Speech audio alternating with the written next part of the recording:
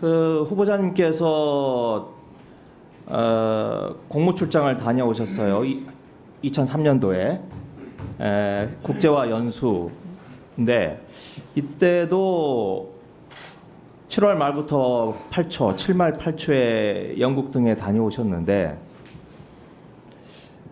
그때 두 아드님이 같이 동반을 한 걸로 되어 있습니다. 그래서 나이를 따져보니까 그때가 초6, 중1 이렇게 됩니다. 네. 네.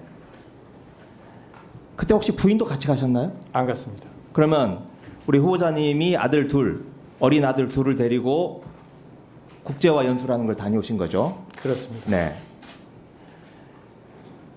그런데 그러면 이때 어디를 가신 겁니까? 국제화 연수라고 하는 게 이제 뭐 외국 재판 절차라든지 법원 운영, 법률 제도, 법적 현황 뭐 이런 걸 살펴보시는 건데 두 아드님은 그때 그럼 뭐 하신 겁니까?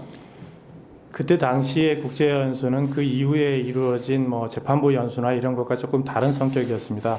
그때 당시에는 그 해외 여행을 갔다 오지 않거나 해외 유학을 갔다 오지 않은 법관들이 오랫동안 재판 업무만 했던 사람들에 대해서 이렇게 어떻게 보면 여행 비슷하게 보내준 내용이었습니다. 그래서 무슨 어디를 학교를 방문하거나 뭐 법원을 방문하거나 이런 의무조항이 아무것도 없었습니다. 그리고 따로의 그 보고서를 쓰지도 않았습니다. 그러한 내용이었기 때문에 명칭은 국제화 연수인데 저게 국제화라는 말이 그러니까 국내에만 있던 법관이 해외를 좀 다녀봐라. 알겠습니다. 네. 하여튼 그러면 하여튼 두 자녀를 데리고 유럽 여행을 다녀오셨는데 결국 하여튼 국민 세금으로 썼다는 이야기네요. 그게 아무리 관행이었다 할지라도 아이들 비용은 제가 모두 부담을 했습니다. 비행기 값은 내셨을지 모르겠지만 숙소는 따로 정했나요? 숙소 같은 경우에는 2명을 같이 있기 때문에 아무래도 침대도 더 놔야 되고 그런 비용들이 듭니다. 그런 비용들에 대해서는 다 제가 부담을 했습니다. 그 내규가 있어요. 법관 해외 연수 등에 관한 내규. 지금 말씀하신 건 뭐 그 당시 관행이었다라고 말씀하실지 모르겠지만 2003년 딱 이때입니다. 이때 보면 27조 네, 저 밑에 보면 자료 수집 등 과제를 부과받은 국제화 연수자는 규길로부터 2주일 이내에 수집한 자료를 법원 행정처장에게 제출해야 된다 이렇게 되어 있어요. 이건 그냥 명문으로만 되어 있고 지켜지지 않은 내규네요. 글쎄요, 저게 뭐 그때부터 있었고 그 제가 간 연수 내용이 명확하게 국제화 연수라는 이름이었는지는 정확하게 모르겠습니다만 아니요, 저 후보자께서 국제화 연수라고 표현을 하셨어요. 예, 그걸 이제 알아보니까 이제 명칭은 딱히 붙일 게 없어서 국제화 연수라는 이름으로 붙였다 이렇게. 네, 알겠습니다. 제가 마지막 질문 하나 드릴게요.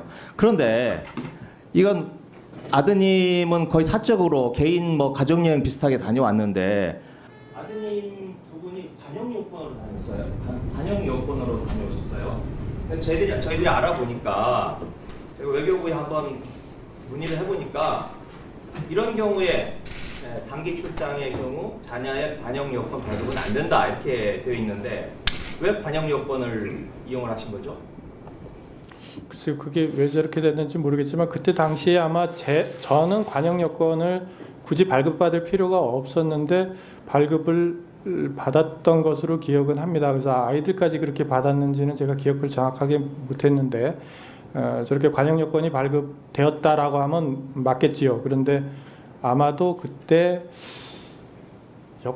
오히려 관영 여권이 또 불편한 것이었는데 저거는 단수로 처리되는 것이어서 아마 그렇게 했지 않았나 이렇게 생각이 듭니다. 네, 하여튼 뭐 판사님도 애쓰시는 건 아는데 그래도 이렇게 세금으로 아무리 관행이었다 할지라도 이건 뭐 법원 전체적으로 점검을 하거나 해야 되는 사항인 것 같습니다. 동의하십니까?